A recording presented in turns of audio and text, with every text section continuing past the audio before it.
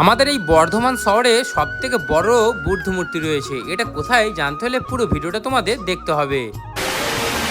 সকাল সকাল গাড়ি নিয়ে নদীর বাঁধের সৌন্দর্য দেখতে দেখতে আমরা রওনা দিলাম হিজলনা বন্তির গ্রামে প্রবেশ করে কিছু কাজ মিটিয়ে আমরা আবার ওখান থেকে রওনা দিলাম বাড়ির উদ্দেশ্যে। বাড়ি ফেরার পথে একটা দিদি ভাইয়ের দোকান থেকে ঘুগনি খেলাম, দারুণ খেতে লাগলো। যাই হোক, তারপরে পৌঁছে গেলাম 18 নম্বর ওয়ার্ডে। আর এই 18 নম্বর ওয়ার্ডেই রয়েছে সেই মহাদেবের মূর্তি এবং বুদ্ধ মূর্তি। ভেতরে প্রবেশ করতেই দেখতে পাবে গাছের উপরে একটা লক্ষ্মী পেঁচা, আর ঠিক তার পাশে রয়েছে একটি মন্দির, আর মন্দিরের সামনে রয়েছে সেই মহাদেবের মূর্তি। আর এই মহাদেবের মূর্তির পাশেই রয়েছে সেই বুদ্ধ মূর্তি, যে বুদ্ধ মূর্তিটির উচ্চতা প্রায় 10 ফুটেরও বেশি। আর এটি কিন্তু বর্ধমান শহরের সব থেকে বড় বুদ্ধ মূর্তি। এটি 18 নম্বর ওয়ার্ডেই অবস্থিত।